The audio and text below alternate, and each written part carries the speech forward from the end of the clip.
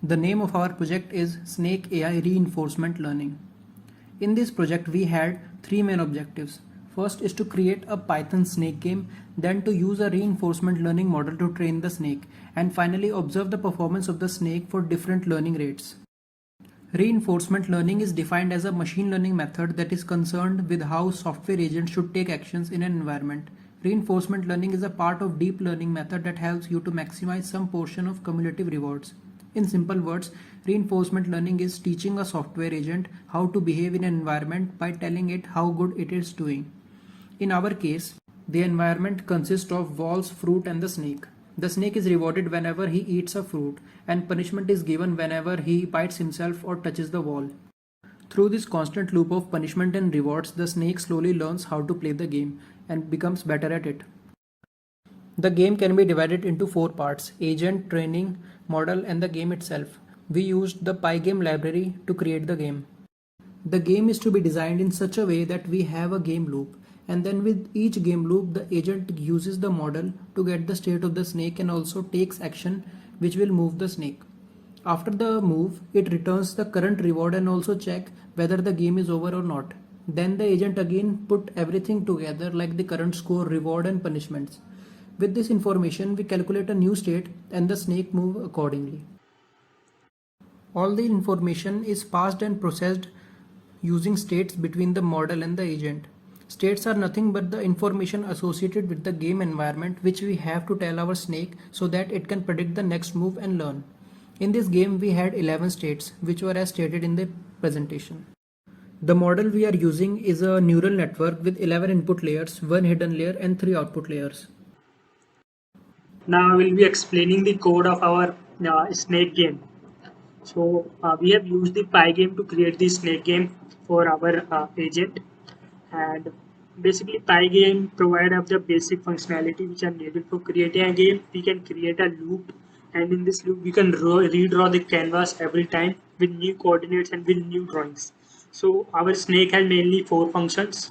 First one is initialize. We have initialized our window by 640, 480 size, 480 of the height and dimension these are.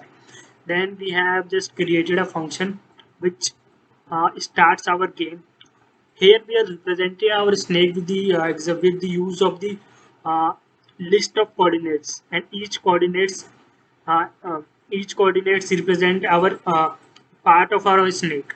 So what we do is at every frame we erase the previous snake and we draw the new snake with the new coordinates updated, and these are updated according to the movement of the direction. So if it is moving in right direction, then every coordinate of the snake is increased by some delta value of 20 in x coordinate. If it is moving x direction in y direction, according to that. So then our snake, like this, our snake continues to move. Then we have the move function which decide the move, and we are using the keyboard function which it does. What it does is it just detect the direction predicted by the our learning algorithm, and we, like this we move around the canvas. And then we have a function to place the food. It uses the random function library. What it does is randomly plot a coordinate on the on inside our window, and in this window we have we create that on that coordinate we create a block of size 20 by 20. So then we have our collision function. What it does is it detects it if our snake has moved out of the window inside the window. If it's moved outside the window, then we detect that game is over. If it is over the food, then we detect that we are over the food. We have to create a new food. Then we create the place a new food using the place new food function, and like this our game loop continues. And we control the frame rates, and every time a new frame is generated, every value is updated, and every previous drawing is erased and new drawings are placed over the canvas. So after this I will be explaining the agent. Okay, now I will be explaining the our agent for playing the game. Um, so what we have defined the agent class in our project, and what it does, it first function, it main function it does is it stores the state of the game as a memories. So we have here two types of memory: short-term memory and long-term memory. So agent store the state of the game and the like what it has done on each state, like what were the actions it has taken on each state. it stored that. And second thing it does is it creates a uh, train long-term memory and train short-term memory functions. It has two functions, and these are two functions responsible predicting the next outcome of the next move. So what we have is we look at the old states, and each state is associated with the value which is can be minus 10, plus 10, or 0. When we get plus 10 is when we have moved a correct move, like we have eaten the food and we have eaten the food, then we get a plus 10 move.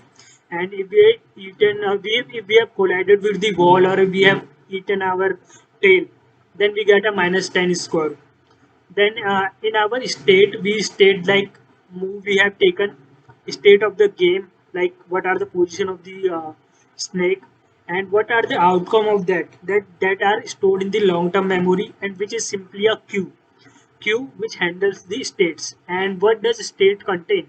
State contain basically 11 parameters, which are the like direction of the snake in which moving, four coordinates for that, and the coordinate of the food, and the decision taken by the snake, right? And it also contains the the direction of the danger if there is a collision possible. Like this, it contains the memory of the previous. So we have defined the maximum memory limit of 1 million.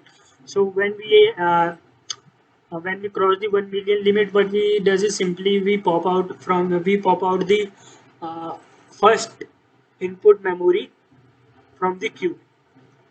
Like this, our agent remembers the states. Then now I will be explaining the agent learning algorithm which our agent will be using to predict the outcome. For different learning rates, we observed the average scores after 100, 150 and 200 games. We observed that for very small value of the alpha or the learning rate, the snake was learning very slowly. The average score was not improving until the game 100, and then the snake starts to improve its performance. For very large value of the learning rate, the snake wasn't improving at all. Even after 100 games, the performance was still worse for the snake. With an appropriate learning rate, the snake was learning constantly. In the table we can see that with the learning rate of 0.03, the snake was learning after every game. After the 100th game, the snake was having an average of 4.18, but only after 100 more games, the average increased to 22.03. The high score was also above 70. These are the graphs showing performance of the snake after playing some amount of games. The x-axis is representing the number of games the snake played, and y is the highest score. The red line here is showing the average value of the score it is obtaining. So here we can see with the learning rate of 0.003, the learning is quite constant and it is appropriate learning rate for the snake. We were able to implement the learning algorithm and we were also getting some good results. Initially the snake was not learning that fast, but after some games it was showing a constant improvement in its performance. Thank you.